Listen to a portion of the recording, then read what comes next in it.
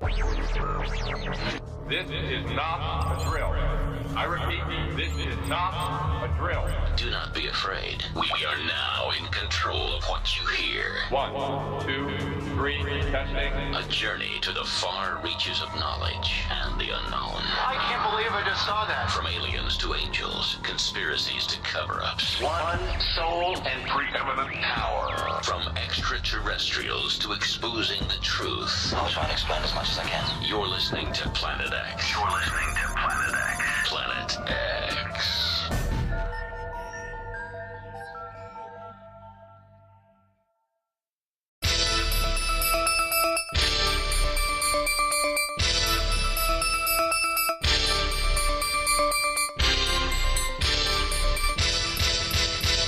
This is Breaking the Matrix. I am Tony Topping. This is Planet X. Planet X. This is Planet X. Planet X. There are very few people that actually give even one hoot, and even fewer that could give two of them when it comes to poverty of people that are living in society alongside us. We live in an I'm alright Jack world where love thy neighbour probably means just a quick extramarital affair rather than a hand reaching out to give some help. But the austerity measures that have washed the European Union away have left in the wake of the tsunami just a lost generation of people that are trapped in growing and ever-increasing poverty. In failed policies of the EU, the charity Oxfam in the UK has just published a damning report that will probably go very much unheard of, showing that by 2025 there will be 25 million people that are living in poverty due to the austerity measures imposed upon them. It will go largely unheard of because other things are turning the media's attention away, such as social crisis, and in turn the people of those very same countries are fixated with the belief that it is Syria, al-Assad or Vladimir Putin or even the election of Angela Merkel that are important than people actually starving from lack of financial resources in the countries that they live in. Oxfam believes that the austerity measures imposed on populations in European countries takes us back to the havoc wreaked by structural programs of readjustment in developing countries that most of us have only witnessed sitting in the comfort of this side of television land.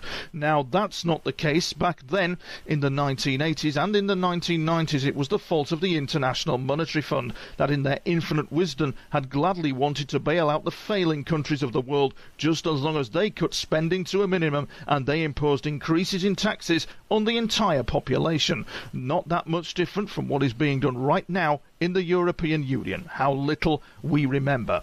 The report published this week states these policies were a failure, a medicine that sought to cure the disease by killing the patient, and they cannot be allowed to happen again. Today, the number of people that are living with the financial resources equivalent to just 40% of the median income of the European Union stands at 15 million. But this will increase by at least 10 million more as the measures show their full effect on the population of European member states. The citizens of the EU have been bamboozled into believing that austerity is the only way out of the economic strife of the financial crisis. Reduce, cut costs, increase taxes, freeze wages, raise the prices and reduce purchasing power. A recipe for disaster in any economy that will only make the banks richer and the people poorer, except for the stock market investors that will willingly reap the benefits of the falsely improving stock market due to the unconventional monetary policies that have been put in place by the Federal Reserve of the United States of America. For example, in Greece will never see the end of its woes in the EU, and there will be a lost generation of people, or even two, as the country tries to battle with the rising debts and escalating costs of repaying that debt, all imposed by the Troika, the European Union, the European Central Bank, and the International Monetary Fund. Greece will most certainly need yet another bailout plan to help it find at least 10 billion. Unemployment is over 1 in 4 people today in Greece, which is 27%, and it is most certainly that austerity measures that have played their role in the worsening situation of the people.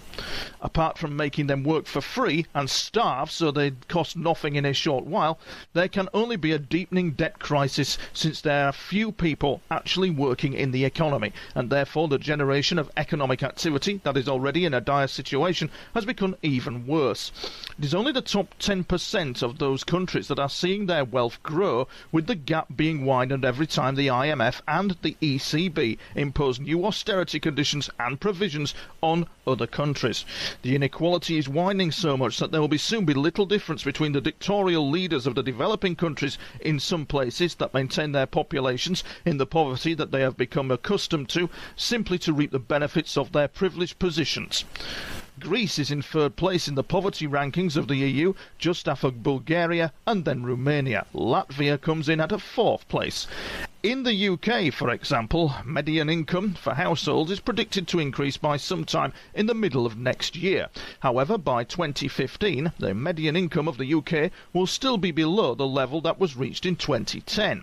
Benefits from the state will not keep pace, under the present austerity measures in the UK, with median income rises, and this means therefore that there will be 1 million extra adults living in relative poverty in the UK by the year 2020. There will also be an average of 300,000 children living in relative poverty households.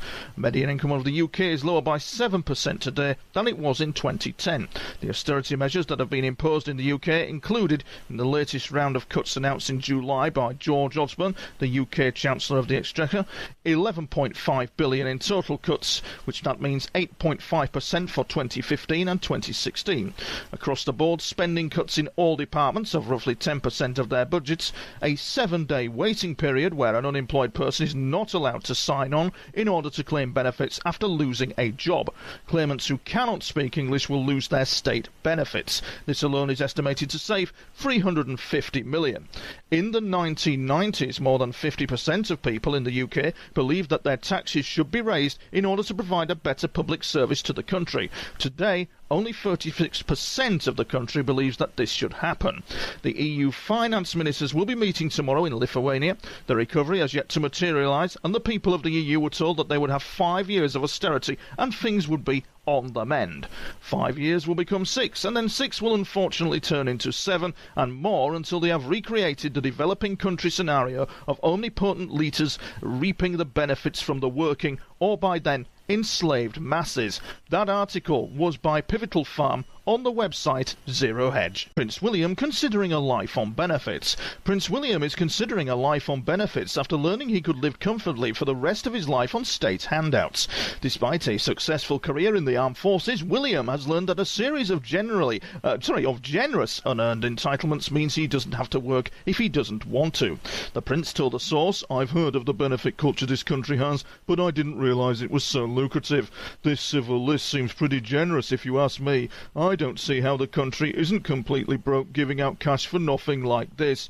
And I'm not putting words into anyone's mouth, but there's hardly any incentive to get a job if I can sit on my arse all day and still pick up a few £100,000, is there?" However, a life on benefits isn't as easy as certain sections of the media would have you believe, according to some who have struggled to survive on state handouts. Former state benefit recipient Sarah Ferguson told us, "Being on benefits isn't all it's cracked up to be. Once you've been on a couple of holidays, had a few bespoke suits made, and stayed in some of the nicest houses in the country, that couple of £100,000 really doesn't go very far. He'd better find himself a backup plan, like remarrying someone who gets more benefits than he does." From aliens to angels, conspiracies to cover-ups, this is Planet X.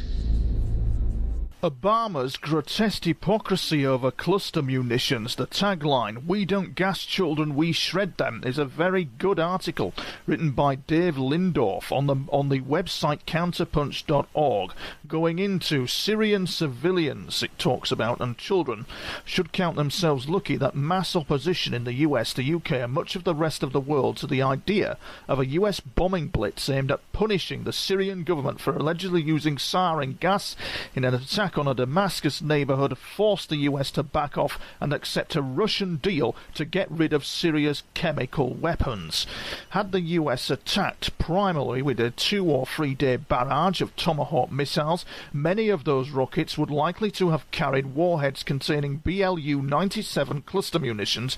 According to the United States campaign to ban cluster munitions, cluster bombs that would have assuredly killed or maimed many Syrian children. Personally, as the presenter of Breaking the Matrix, I think that the Obama administration obviously had a rush of blood to the head in trying to bomb Syria. As to what that would achieve, I have frankly no idea. Mr. Lindorf continues in his article that this news should come as no surprise. The US made heavy use of deadly body-shredding cluster munitions in its invasion of Iraq in 2003 and during the subsequent bloody war and occupation there, as well as in its invasion of Afghanistan in 2001. Some 30 tons of cluster bombs were dropped or fired into urban neighbourhoods of Iraq during the first few weeks alone of the 2003 US invasion of that country. Another 250,000 anti-personnel bomblets were dropped or fired into Afghani neighbourhoods during the 2001-2002 US invasion of that country. The US campaign to ban cluster munitions notes that the last document the US used, of cluster munitions was in 2009. The organisation writes that was in Yemen, when one or more Tomahawk cruise missiles loaded with BLU-97 bomblets struck the hamlet of Al-Majala in the southern Abyan province, the strike killed at least 41 civilians and at least 4 more civilians were killed and 13 wounded by unexploded bomblets after the attack. 4 years later, the site of the attack remains contaminated by cluster munition remnants. In fact, cluster weapons, whether bombs dropped from planes, warheads fired by missiles, or shells fired by cannons or tanks, are among the most deadliest and most untargetable weapons devised by man, holding the distinction of being particularly lethal to civilians and children. They work by having a larger bomb, a warhead or shell, deliver a payload of smaller bomblets to a target. Each Tomahawk cluster warhead contains 166 of the lethal bomblets.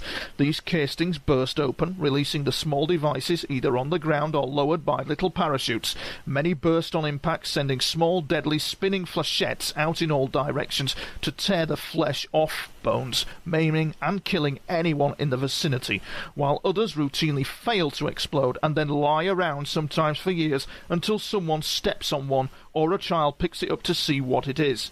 Unexploded BLU-97s look like cardboard drink containers and are bright orange. I remember a visit to Laos in 1995, writes Lindorf. It had been over 2 decades since the US had been relentlessly bombing that small peasant country day and night, primarily with anti-personnel bombs, and the country seemed to have returned to its tranquil past. But walking around the sleepy capital city of Vientiane, I was puzzled at seeing a surprising number of young children of varying ages hobbling around on crutches with one and sometimes parts of 2 legs missing or arms missing, often with faces disfigured. I asked a Lao official why there were so many of these such kids, and he explained they were victims of the bombis, small fragmentation bomblets dropped by US forces in the secret war on Laos that had not exploded and that remained buried in farmers' fields until found or inadvertently disturbed by peasants, or more often children working or playing.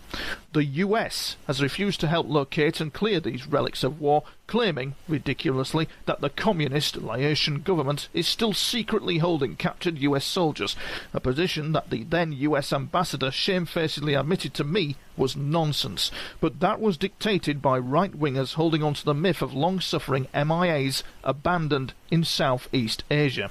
When President Obama went on national television on Tuesday, September the 10th, and passionately evoked images of suffering Syrian children dying on hospital floors from a sarin attack in Damascus, he might have looked sincere to some, but most of those US viewers probably didn't realise that as Commander-in-Chief he was asking them to support a bombardment of Syria, which would have likely included thousands of similar bomblets that he surely knows would inevitably end up over time killing far more children in far more horrible ways than the sarin attack that was his method of attack on Syria.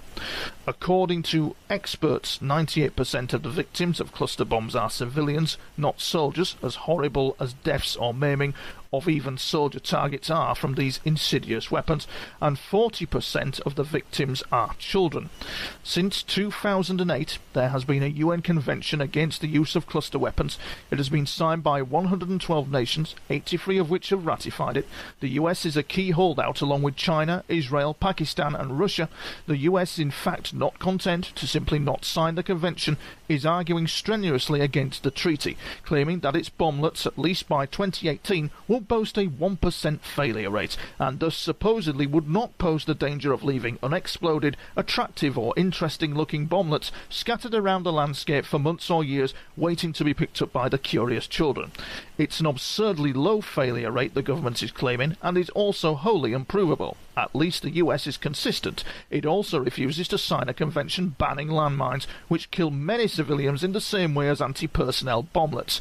Critics of the cluster munitions, like the US campaign to ban cluster weapons, say the failure rate of current US weapons like the BLU-97, the most common cluster anti-personnel device used by US forces, is closer to 30%.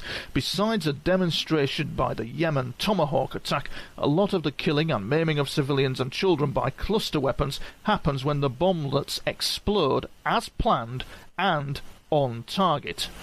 You talk about brazen hypocrisy. A child killed or injured by sarin gas is an atrocity to be sure, but so is a child whose body is turned into chopped meat, or who is painfully rendered limbless by an exploding BLU-97 weapon. Worse yet, the US has had the audacity to accuse the Syrian government of an atrocity for allegedly using cluster weapons, voting earlier this year in the UN to condemn Syria for use of a weapon which the US used liberally in its wars against Iraq and Afghanistan, and in massive amounts in Indochina, and which it stockpiles and continues to design for more lethality and destructiveness for future use by American forces, including in Syria. The US also sells these horrific weapons of child destruction to its allies, including countries ruled by dictators like Saudi Arabia, which notably is known to be supplying arms to Syrian rebels.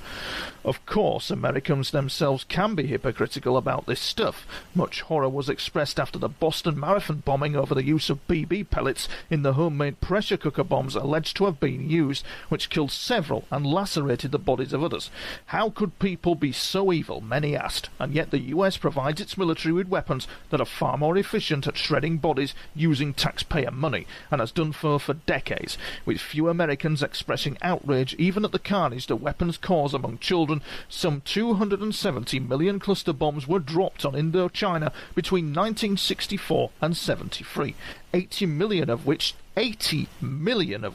failed to explode and remain to pose a threat to civilians today.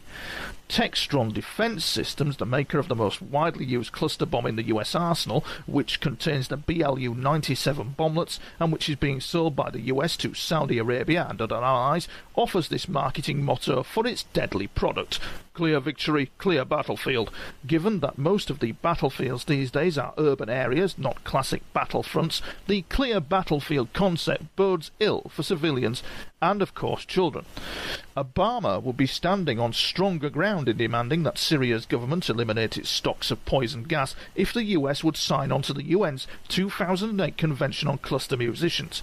His call for Americans to stand against the use of poison gas weapons by the Syrian government would not ring so hollow if he ordered the US military to destroy its massive stockpiles of cluster weapons and vowed never to use them again. David Lindorf is a founding member of This Can't Be Happening, an online newspaper collective, and is a contributor to Hopeless, Barack Obama and the Politics of the Illusion, AK Press. Cameron fails in bid to add an extra 500 explosions to Syria.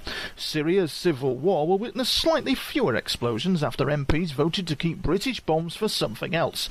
Prime Minister David Cameron pleaded with MPs to back his plan to make no difference whatsoever to the Middle East's latest bout of total and complete insanity. But 30 Conservative backbenchers defied Mr Cameron and backed Labour's plan to make no difference whatsoever to the Middle East. Mr Cameron said, "Syria needs more explosions explosions. Labour leader Ed Miliband replied Syria needs more chin-scratching. MPs on both sides then spent the next 9 hours shouting bombs and chins at each other. Julian Cook, professor of collateral damage at Roehampton University, said the Americans now face the financial burden of adding those 500 additional explosions to Syria, but they'll do it because given the opportunity, an American will always make something explode. Professor Cook added, if we genuinely want to help, we should hire 500 or so luxury liners to accommodate Syria's children and sane adults. It would be like Dunkirk, except the boats wouldn't really go anywhere. Then we build a wall round Syria, wait until the last nutter shoots himself in the face, and then the people on the ships can go home. Eventually, we are going to have to try that. Courtesy of the Daily Mash. Now, hunting the UFO mystery Adventures into the Unknown is an event that we've arranged for Saturday the 9th of November 2013, and it's between 1300 and 1800 hours. It's a one-day series of lectures, and it's presented by three of the UK's leading UFO researchers, writer and author Nigel Mortimer, broadcaster, myself, Tony Topping, and UFO experiencer Paula Green. Now, the talks will be followed by an evening skywatch at the Settle Sundial portal site. Refreshments and stores will be available, and the tables to rent are open to all at £10 each. The event will be held as follows at the St John's Church Hall, Settle, North Yorkshire, England, BD24 9JH. That's the St John's Church Hall, England, BD24 9JH. Tony Topping is speaking at 1:15 on remote viewing. Nigel Mortimer is speaking on portals and UFOs, and Paula Elizabeth Green is speaking on her own UFO contact experiences called Yorkshire's Fourth Kind. There will be a question and answer sessions, and at one point in the evening there will be the opportunity for those wishing to attend the evening skywatch to eat and visit Settle. At 7:30pm we'll reassemble back at the church hall to attend a skywatch at the portal location. This could be very, very interesting indeed, so bring your cameras. Tickets will be available for an online purchase to secure a seat, or if preferred you may pay on the door. The price is £20 for the whole afternoon and evening, and I can assure you listeners I'm giving away a free DVD on remote viewing that's worth £30, and it's absolutely excellent. It's packed with courses, materials, the Russian remote viewing stuff, which is very rare material indeed. Now, tickets can be purchased from the following website, which is http the usual / and then hunting-the-ufo-mystery.webnode.com. So that's hunting-the-ufo-mystery.webnode.com. We look forward to seeing you there. Hope you'll come and say hello, and I greatly think that it's going to be a smashing event. Planet X. The truth is on air. New food stamps cut reported by the SparkNet. New food stamps cutting back on food stamps by the Democrats and Republicans, who are staging a new fight in Washington, D.C. over little versus big food stamps cuts. While this drama begins front stage, the New York Times recently let the backstage truth slip out. No matter what Congress decides, food stamp benefits will be reduced in November when a provision in the 2009 stimulus bill expires. New cuts in November will hit everyone in the US receiving food stamps, or SNAP, Supplementary Nutritional Assistance Program benefits. 48 million people. Benefits average $1.40 a meal. 75% of households receiving food help are caring for the disabled, a child, or are age 60 or older. The program effectively pays for enough food for 2 weeks out of the month. November's cuts will equal 2 days less food a month. Even before the new cuts, one recipient said, "I don't buy milk because it's so expensive. I don't buy cheese." Said another, "You hate to tell your child you can't eat this. You have to save it for another day." But she asked her child to cut his portion of pasta casserole with meat in half, and she, the mother, did not eat any. Food banks and charities will not be able to absorb this cut. The food stamp program is too big. According to Margaret Purvis, director of the food bank for the New York City, the largest food bank in the country, she indicates the single across-the-board cut to SNAP benefits scheduled for this November will take away more food in our city than we distribute in a year. No one is warning the poor that this is coming. The next time we hear one of those broadcast messages, "This is a test of the emergency broadcast system," this should should be the warning. There is a food emergency coming in November when 1 out of every 7 people who now depend on food stamps will face a food disaster, brought to you by the inaction of both mainstream political parties. Most Britons to end up living in drunk tanks. Millions of Britons will soon exist in a daily cycle of work, pub, drunk tank. Police have backed the use of privately run drunk tanks as they would rather deal with criminals than people who go whoop whoop with their trousers down. However, experts believe that many Britons would eventually end up moving their possessions into a drunk tank. Professor Henry Brewbreaker said most people are straight in the pub after work, then return home late to an angry spouse. Also, spiraling rents mean that $400 a night for a personal drunk tank is cheaper than a bedsit in Haringey. Police sources have revealed plans for nationwide chains of drug tanks in communist-style blocks with brands including Holiday Drunk, Tipsy Palace and Hotel Nausea. A beer fan, Wayne Hayes, praised a pilot scheme in Carlisle. "I couldn't afford a flat, but now I've got my own tank with toilet, wash basin and a free puzzle magazine. They bring you a microwave lasagna and a bucket around 3 a.m. Also, a lady checks through the slot in the door to see that I'm not dead, which is excellent customer service. It's like living in a service apartment where the concierges are police and I just stick the fees on my credit card. And while I'm at work, a man comes in and hoses the walls down. Best of all, the neighbours are either drunk or comatose, so I can sing as loud as I want." Senior cabinet ministers accused of profoundly misleading claims about Britain's arms export industry. MPs demand an explanation from government as to why export licences were granted earlier this year for goods ranging from sniper rifles to CS gas, grenades to be sent to countries with questionable human rights records. An article in The Independent dated the 19th of September 2013. Senior cabinet ministers have been accused of making profoundly misleading claims about Britain's lucrative arms export industry by stating there is no evidence that shipments to hardline regimes are not used for internal repression. MPs have demanded an explanation from the government as to why export licences were granted earlier this year for goods ranging from sniper rifles to CS gas grenades to be sent to countries with questionable human rights records such as Saudi Arabia and Libya. The Commons Committee dealing with arms exports has listed 18 nations which are currently the subject of embargoes or considered a country of concern for human rights, were cleared to receive military or law enforcement equipment worth nearly worth nearly 80 million in the first 3 months of 2013. Among the approvals being investigated by the MPs is the granting of licences worth nearly 6 million for items including acoustic devices for riot control, thunder flashes and armoured vehicles to be sent to Kenya around the time of the country's presidential election. The previous election in 2008 sparked a crackdown by security forces and violence which claimed 1,500 lives. In a hard-hitting attack on the government's track record in scrutinising exports of the military or sensitive dual-use material, Sir John Stanley, chairman of the Committees on Arms Export Controls, has written to 4 senior ministers, Foreign Secretary William Hague, Business Secretary Vince Cable and Defence Secretary Philip Hammond and International Development Secretary Justin Greening, accusing them of being unable to justify assurances that British exports are not used to abuse human rights. The letter follows revelations that Mr. Cable's department last year approved 2 export licences for chemicals which can be used as precursors for nerve agents to be sent to Syria while the country's civil war was raging. Officials insist that although the shipment was approved, it never left Britain. Sir John criticised a statement in the government's annual report on export controls signed by the 4 ministers that there was no evidence of any UK-supplied equipment being used for internal repression. Britain currently has more than 3,000 licences for controlled goods worth about 12 billion, outstanding to the 27 countries considered by the Foreign Office to be of the highest human rights concern.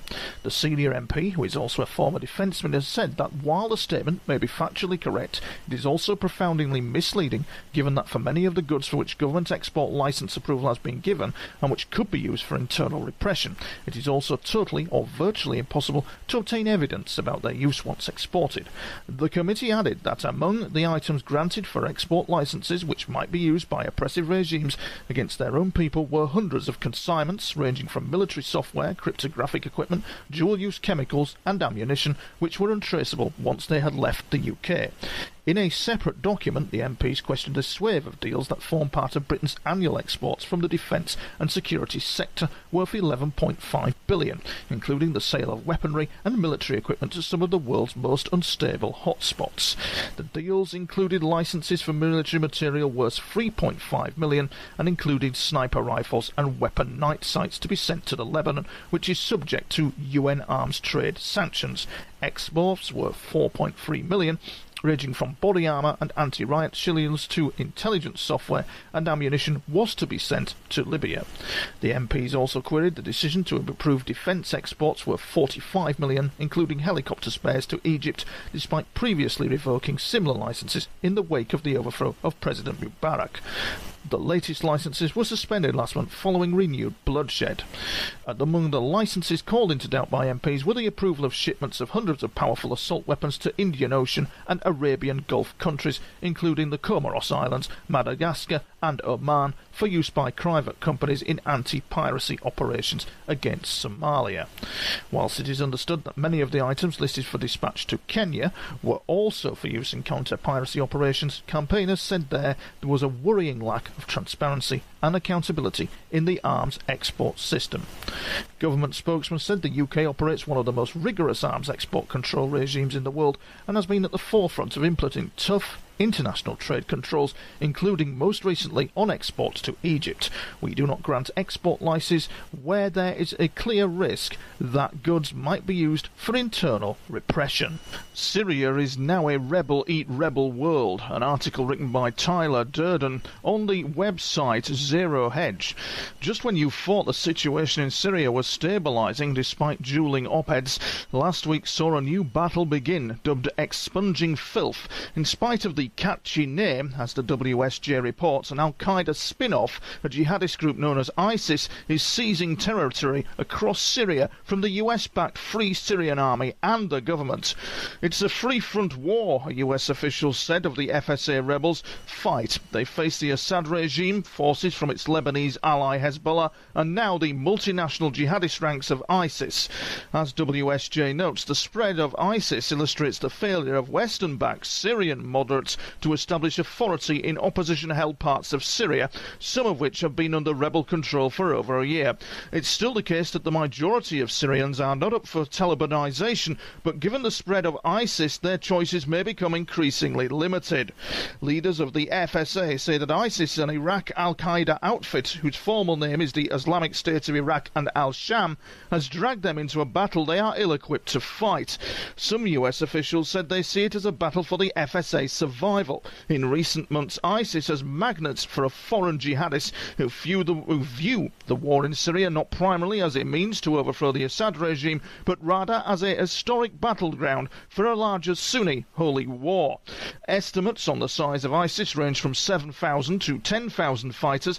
Fighters from ISIS, though it shares the goal of toppling Mr. Assad's Shiite-linked Al-Wait regime, have frustrated Sunni communities that until recently embraced a military prowess and social services of Islamist rebels, local residents said. The FSA's fight with extremists is spurring new rebel calls for Western help after the US put on hold what had looked like imminent strikes on the Assad regime. Instead, diplomacy has taken over after a US-Russian deal to disarm Syria's chemical weapons. It's still the case that a majority of Syrians are not up for Talibanization. Given a moderate alternative, they will choose that. The other alternative, a lawless north, becomes a launch pad for jihadists akin to areas of Pakistan and the Arabian Peninsula. In recent weeks, ISIS fighters have adopted a strategy of dropping back, taking near positions, as rebels with the FSA alliance leave for front lines to fight government forces, allowing ISIS to build a presence in towns and villages left without security or services. As the US threat receded, emboldened ISIS militants ramped up efforts to win local support, said Hamid Ibrahim, a spokesman for FSA leader General Salim Idris. They are telling them, "We told you that you can't depend on America for freedom. Don't be fooled, you only have us," Mr. Ibrahim said. The nation of Greece said sorry to European Union with a present of an enormous wooden horse. Left outside the European Central Bank in the dead of night, the horse has now been moved into the ECB's central lobby, where it is proudly on display.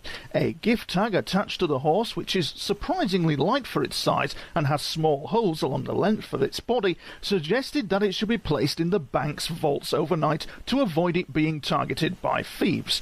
Mario Draghi, president of the ECB, said, "How nice of the Greeks to acknowledge the trouble we've been put to on their behalf with this wonderful horse, handmade and so large it could hold a dozen double-decker buses." The card with it, which had a teddy bear dressed as a hobo on the front, explained that Greece made us this because they don't have enough money for a present, which brought a tear to my eye. Nonetheless, unless they can somehow find 200 billion overnight, then austerity measures must continue. Oddly, Greek representatives in Brussels have hinted that they may soon be in a position to settle their debts, and have puzzled the French and German banks that hold their loans by asking if there is any discount for cash. The government of Spain has reacted angrily to the gift, accusing the Greeks of trying to bribe the ECB and redoubling their own efforts to weave a gigantic, sombrero-wearing straw donkey. Jill Main is Research Fellow and Social Policy of the Social Policy Research Unit at the University of York. A very interesting article is written by her regarding the recent revelations of Michael Gove, a man out of touch, and I totally agree with her regarding the real picture of poverty in Britain. In fact, listening a few days back to BBC 5 Live, anybody would think that they were doing a party political broadcast from the Conservative Party when one of their presenters showed a clear bias for the disgusting concept of 0 hours contracts. Take it the presenter in question is certainly not on a 0 hours contract herself, but the media bias of the BBC appears currently staggering, and in this article Michael Gove's recent suggestion that inadequate financial management skills among poor families are to blame for the increasing demand on food banks has, unsurprisingly, sparked an angry response. Critics feel the Conservative Party is out of touch with the pressures on ordinary families. Gove's comments have been criticised not only by opposing politicians, but also in the UK media spanning the left and right-wing press, and by experts in poverty-related fields. His views on the matter have been widely disparaged as naive, condescending and ignorant of the realities of life for people on low incomes. Such reactions are neither surprising nor unwarranted. What is surprising is that this response suggests some revelation about Gove's or the coalition's position in his comments. Similar messages that the poor are irresponsible, lazy and unskilled in managing their own affairs are evident throughout coalition policy and rhetoric. Cameron evokes the same position in reference to skivers versus strivers. Documentation relating to universal credit cites intergenerational cycles of worklessness caused by addiction and crime, supported by Louise Casey's troubled families rhetoric.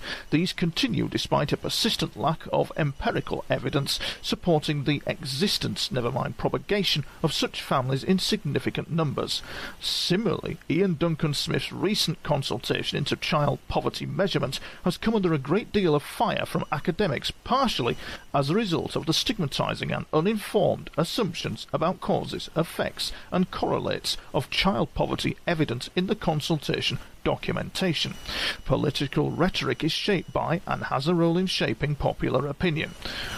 While many members of the public were outraged by Gove's comments, the underlying assumptions and implications are not too different from those evident in popular conceptions of poverty.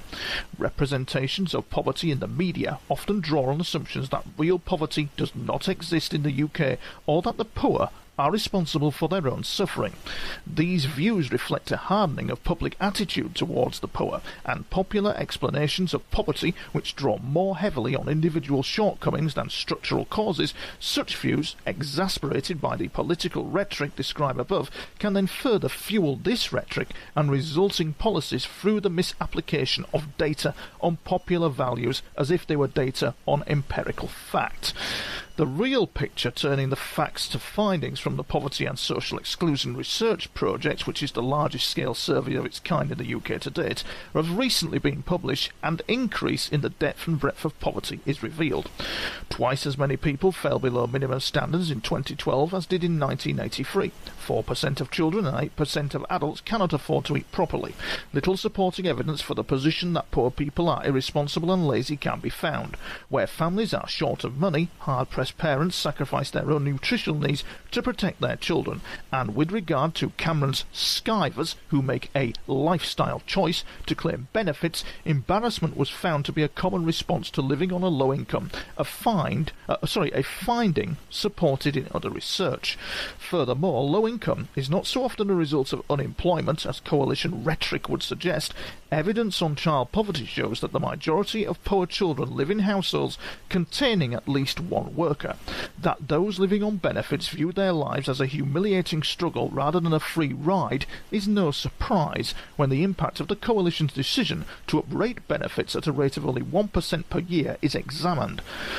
Noting unemployment benefit, which is now JSA, at its value as a proportion of average earnings since 1948. Whilst the value of benefits in real terms is reasonably stable, the departure from average earnings indicates that the gap between the rich and poor is ever increasing. As welfare benefits being uprated by less than inflation reductions in real earnings, the freezing of child benefits, the benefits cap and bedroom tax are further reducing incomes. In addition, many poor working-age households now have to pay some council tax following the transfer to local authorities. Poverty, then, is a real and present condition in the UK. It is getting worse, and there is scant evidence that the poor are to blame. Indeed, stigmatising coalition policies which target the poor have resulted in legal challenges to the proposed benefits cap and bedroom tax. The UN Special Rapporteur on Housing has gone so far as to dub the bedroom tax a breach of human rights.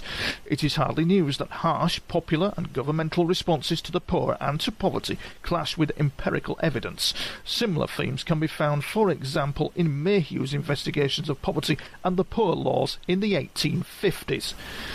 But could it be reasonably expected that policy would have moved on since those times? Politicians work within an electoral system which requires popular support, and this will inevitably impact rhetoric and policy. But this is not an adequate excuse for ignoring evidence and propagating damaging and stigmatising perceptions. Academics must do better at communicating findings in a way that is accessible to the wider public, but politicians bear the responsibility for making informed policy decisions based on sound evidence rather than prejudice. That article from research fellow Gillian Main, Social Policy Research Unit at the University of York. David Cameron unveils Conservative election slogan. The Conservative Party leader issued a solid declaration of intent to not only win the forthcoming general election, but to win it with a crushing overall majority, as he released the party election slogan, "How's that for a battle cry?" he told a rally in Nottingham. Many were heard to utter in reply. Professor S. Tinkingfart of Roughborough University told us that the new election slogan was a surefire vote winner. He insisted that it's almost impossible to alienate anybody or leave lingering doubts over important policy issues by simply repeating the slogan. It's a fantastic election slogan, Tinkingfart told us. It's brilliant in its simplicity. You can't argue with because it's neither one thing nor the other. It seems to have the added attraction of implying that you're actually thinking about something, seriously poring over an important issue. It's pure bloody genius is what it is, matey. The Labour Party's publicity committee were absolutely furious that the Conservatives had nabbed before their own people thought of it. One lamented that any question ever formulated could be answered with and that there was simply no arguing with it. Not even Jeremy bloody Paxman can argue with a strategically dropped, a senior Conservative beamed. More as we, get it. Privacy is dead, and that's a good thing, pronounced US Secretary of Education Anne Duncan in his recent address to Congress regarding the content of dictionaries currently used in federally funded public schools, and our dictionaries should reflect that. The Secretary of Education urges removal of the word privacy from school dictionaries. According to Duncan, thanks in large part to the security policies of President Barack Obama's administration, the natural lifespan of the word privacy has in this day and age expired, and it therefore ought to be eradicated from school dictionaries. he elaborated. Some words that historically had great significance over time lose their meaning and are gradually phased out of common usage altogether. That's why dictionaries are constantly being updated and revised. It's a natural, positive evolution. Later that afternoon, Duncan broke it down for middle school students at New York's PS 83 in the Bronx. In the past, people used to get insecure at the thought of losing their privacy. For someone to surreptitiously listen in on your conversations, walk in on you while you're undressing, watch your every move, that probably would have made you a little uncomfortable. The students, some of whom were nodding avidly, were clearly getting the picture. But now, continued Duncan, we have a whole government agency devoted to that sort of behaviour. It's called the National Security Agency, and it makes American citizens more, not less secure. In other words, lack of privacy equals safety and security. 12-year-old Kai Berman, ahead of the class type eager to demonstrate his understanding, piped up, "So that means privacy equals unsafety and insecurity." Malapropism aside, the remark prompted an approving smile from Duncan. "Precisely," beamed the secretary. "Lack of privacy equals safety and security. The National Security Agency was founded on that fundamental principle." He added, "And thanks to Facebook, lack of privacy is not only safe and secure, it's fun." "It's super fun," agreed 6th grade student Caitlin Gold. She summarised her take on Secretary Duncan's explanation. "Privacy is scary. I think privacy is dangerous." Secretary Duncan placed a reassuring hand on the young girl's shoulder. "You're absolutely right, Caitlin. Privacy is extremely dangerous. But fortunately, thanks to President Obama, the NSA, and some assistance from former Presidents Bush and Bush, you don't have to worry about the dangers of privacy because privacy no longer exists. Our current government has managed to completely extinguish any real, potential, or even imagined privacy that might threaten the security of our nation."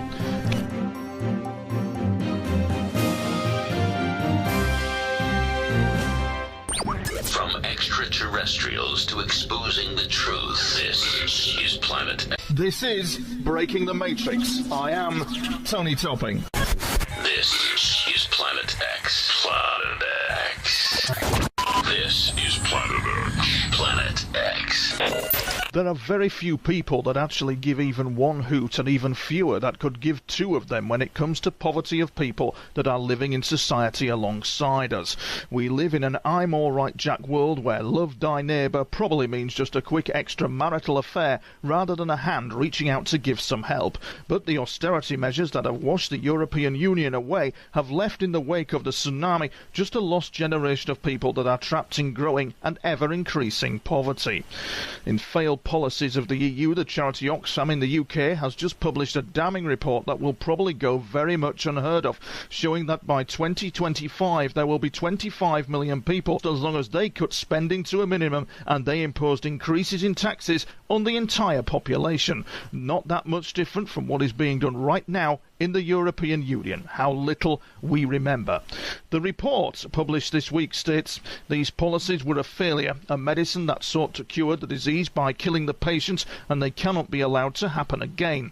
Today, the number of people that are living with the financial resources equivalent to just 40% of the median income of the European Union stands at 15 million. But this will increase by at least 10 million more as the measures show their full effect on the population of European member states. The citizens of the EU have been bamboozled into believing that austerity is the only way out of the economic strife of the financial crisis. Reduce, cut costs, increase taxes, freeze wages, raise the prices and reduce purchasing power. A recipe for disaster in any economy that will only make the banks richer and the people poorer, except for the stock market investors that will willingly reap the benefits of the falsely improving stock market due to the unconventional monetary policies that have been put in place by the Federal Reserve of the United States of America. For example, in Greece will never see the end of its woes in the EU, and there will be a lost generation of people, or even two, as the country tries to battle with the rising debts and escalating costs of repaying that debt, all imposed by the Troika, the European Union, the European Central Bank, and the International Monetary Fund. Greece will most certainly need yet another bailout plan to help it find at least 10 billion. Unemployment is over 1 in 4 people today in Greece, which is 27%, and it is most certainly that austerity measures that have played their role in the worsening situation of the people. Apart from This is not a drill. I repeat, this is not a drill. Do not be afraid. We are now in control of what you hear. 1, 2, 3, testing. A journey to the far reaches of knowledge and the unknown. I can't believe I just saw that. From aliens to angels, conspiracies to cover-ups. One soul and preeminent power. From extraterrestrials to exposing the truth. I'll try and explain as much as I can. You're listening to Planet X. You're listening to Planet X. Planet X.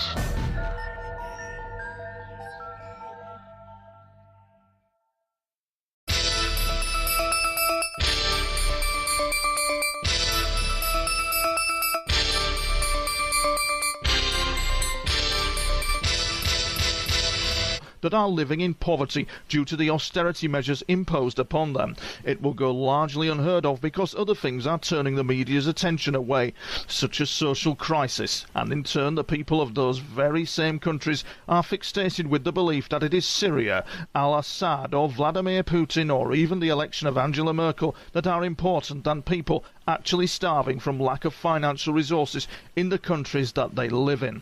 Oxfam believes that the austerity measures imposed on populations in European countries takes us back to the havoc wreaked by structural programs of readjustment in developing countries that most of us have only witnessed sitting in the comfort of this side of television land.